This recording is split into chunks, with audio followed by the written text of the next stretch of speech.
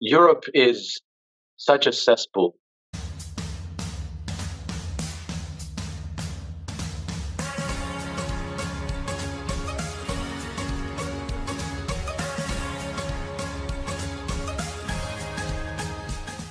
NordVPN is becoming more than just a VPN. Threat protection will guard your device against malicious websites, malware, trackers, and intrusive ads, even if you're not connected to a VPN server at the time. Step up your cybersecurity and stay safe. Introducing the EliPal Titan 2.0 hardware wallet. Super secure, super safe, super easy to use. Use my link bit.ly/CryptoRichEliPal for a discount. What do we want to start with? Well, we are now live. We are now live. God, I haven't done one of these forever. Yeah. Hi, Mom. Hi, Mom. Hi, Mom. The last time I said hi, Mom on my live stream, it was followed by a series of invective that I'm not allowed to. I was admonished to not say in front of ladies today. So It's funny. I can't hold to that promise, especially if we invoke my mom. So Yes. Alex, you look so chuffed that your mum is watching. You look so happy. What can I say? Or whatever. All right, let's start. Thank you, all of you. Thank you, Efrat, for making this work, and thank you, Alex, for making this work 3 times this week. Lucky me. 3 videos with Alex this week, and thank you, Tom, for making this work as well. And I'll have the links to all your stuff in the description below. In fact, they may already be there. And there'll be a little snip of this video on YouTube, on both my YouTube channels, and a little slip on Rumble. But the whole thing will go up later on ODYSEE and 3Speak. So please support me there, bit.ly. Oh, okay, good. What's the cat's name? Because the cat can also... Cow. Say hello to Cow. Hello, Cow. Hey, Cow. I love cats. Okay. All right. But we started Cow has the photo bomb. Okay, let's start with the Middle East and with Putin. Because I watched through Twitter yesterday how he was greeted. And then I saw what you retweeted about the Russian finance minister being part of the delegation, and then the way that Putin traveled, flanked by 4 Russian jets, Air Force jets and stuff, and then what he did in the Middle East. Do you want to? Which one of you wants to start with that? Well, just to clarify, it was the head of the Russian central bank, Elvira Nabiullina, who went with him, and that's actually very interesting that he brought her with him, because Nabiullina is a very controversial figure, right? Because for years we couldn't figure out who she actually worked for. Right? Did she work for the Russians? Did she work for the IMF? Like, she's IMF trained. Like, I have criticized Nabiullina 18 ways from Sunday, and then I remind myself that Putin is the ultimate mafia don, and very good at eventually giving people offers they can not refuse. And the fact that she's still head of the Bank of Russia, she is competent, but again, she's also Western IMF trained. And I think we can say safely now, with her showing up with Putin in Kingdom of Saudi Arabia, and clearly going to go over to the UAE, that the infrastructure for some kind of a new financial architecture is what's on the agenda. And make sure that everybody knew that Nabiullina went with him is telling you that that's where we're going. So now the question is, what are they trying to set up? And I have some thoughts on that. I've talked about it a lot recently, but what I think is going on with oil prices in Saudi Arabia and all of that. But I'll throw that out there first and let you guys chew on it, and then we'll kind of go around the horn. Cool. Efrat, Alex, either of you? I'll just add that it's interesting to see how the Emirates is stopping.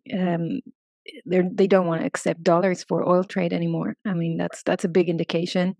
And in COP28, we're seeing the Emirate Sultan speaks against the move out of coal, oil and gas, which is I would say like a spit in the face for all these guys over there.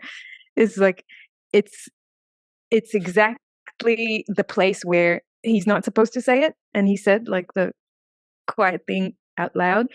And so, going against that green agenda and telling them, this is how we roll. It doesn't work like your way of rolling, that green way of rolling. We don't roll with that. And I think that's another important indication. Then you see Putin traveling within 2 days to Emirates and Saudi and Iran and Jordan, everything in 2 days. It's like he's doing he's rounded like his tour, his majestic tour, and I wonder how many oil deals were made during these days. I don't know. I mean, you guys are the experts. I'm just like looking at it, saying what's happening here. And then tonight, I think it is tonight, he gave an official statement that he supports a two-state solutions for Israel and Palestine. And my guess is that we're going to see, I don't know when it's going to happen, but global powers present in Israel to kind of redraw the borders and keep Israel and Palestine each to their own sides and not fight any more kids kind of approach. Like some global powers coming into the country to redraw the borders, which is something that has been on the table for tens of years. Now, Europe and the euro. So the Saudi depeg, oil price being crashed down. Well, that's going to be good for Europe. It's going to be good for Davos and in Europe and the EU. But the depeg of the dollar, that's going to be chaotic for Europe. How's it going to play out for Europe? Rich, I don't know.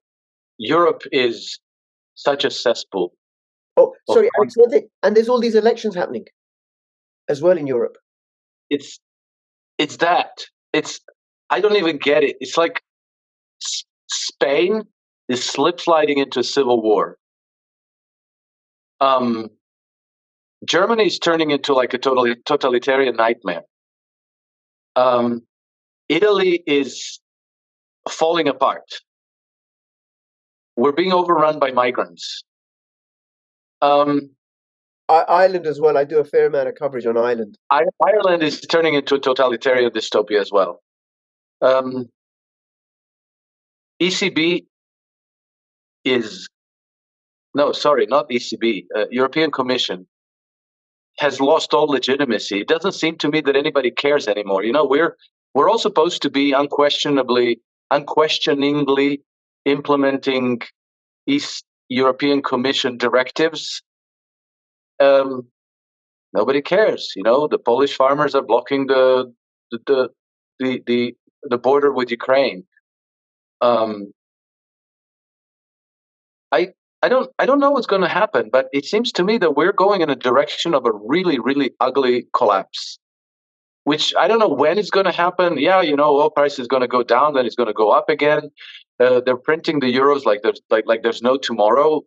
They're raising interest rates also, which I don't know what they're thinking. But you know, we're already on QE and raising rates at the same time, Alex. They're doing yield curve control and raising rates at the same time. It's an absolute, preparing it's an everyone absolute for the digital euro.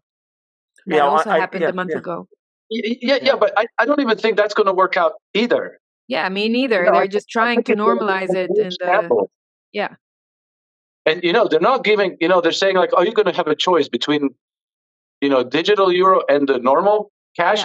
Yeah. They're not doing this because they're being kind and democratic and giving people the choice. They're doing it because they have absolutely no confidence that the whole thing is going to work at all. Yeah. And I have full confidence that it isn't. Mm-hmm. Agreed. I mean, could you put more incompetent people in charge of like probably the most complex project that's ever been contemplated ever in history of the universe? Now, if you want to catch the rest of this hour-and-a-half conversation, then please go to my ODYSEE website or my 3Speak website where you can hear this in full. Links in the description below. bit.ly/CryptoRichOdyssey and bit.ly/CryptoRich3Speak. Thank you.